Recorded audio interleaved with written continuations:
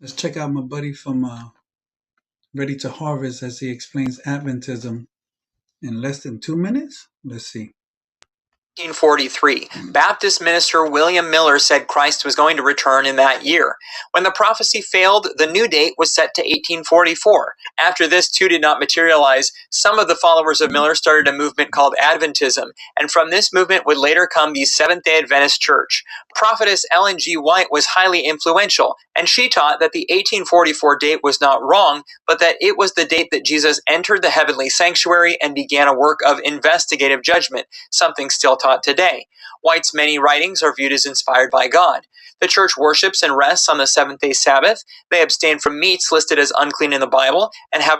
One thing we have to always make it clear, investigative judgment was not started by Ellen White.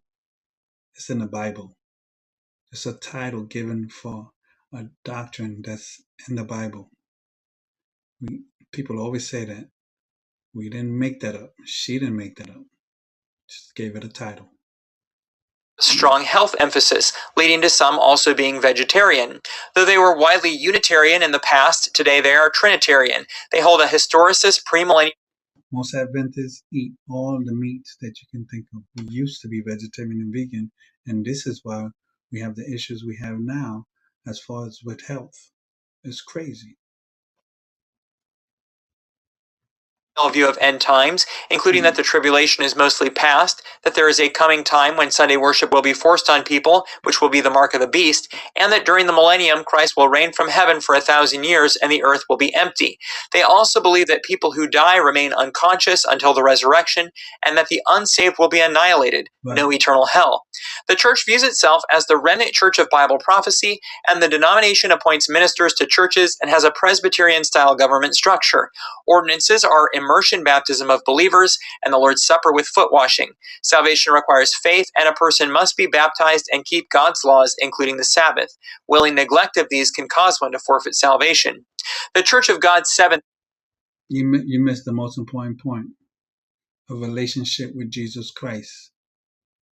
Keeping the ordinances, being obedient, none of that matters if you don't have a relationship with Jesus Christ.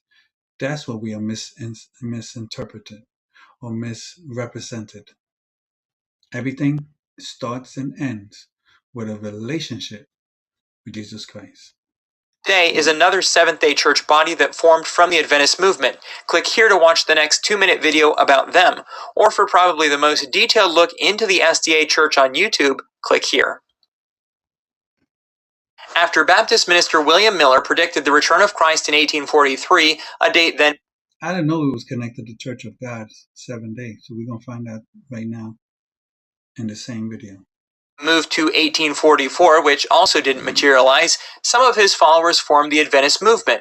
From this movement came several denominations, and one of those in 1884 was the Church of God Seventh Day. They are binitarian, not Trinitarian, meaning that they believe that God the Father and Jesus Christ are two persons of God, but that the Holy Spirit is not a person, but a... Wow, I never knew that.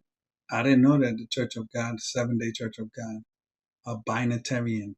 So they believe the Spirit is a electrifying whisk of the wind, I guess. I don't know. Interesting. Another name for the presence of God the Father and God the Son. Ordinances are baptism, believers only, and the Lord's Supper, done once a year on the same day in every church, viewed as symbolic, open to all believers, and accompanied by foot washing. They believe in conditional immortality, meaning that a person who doesn't become a believer in this life will be put entirely out of existence, no eternal hell.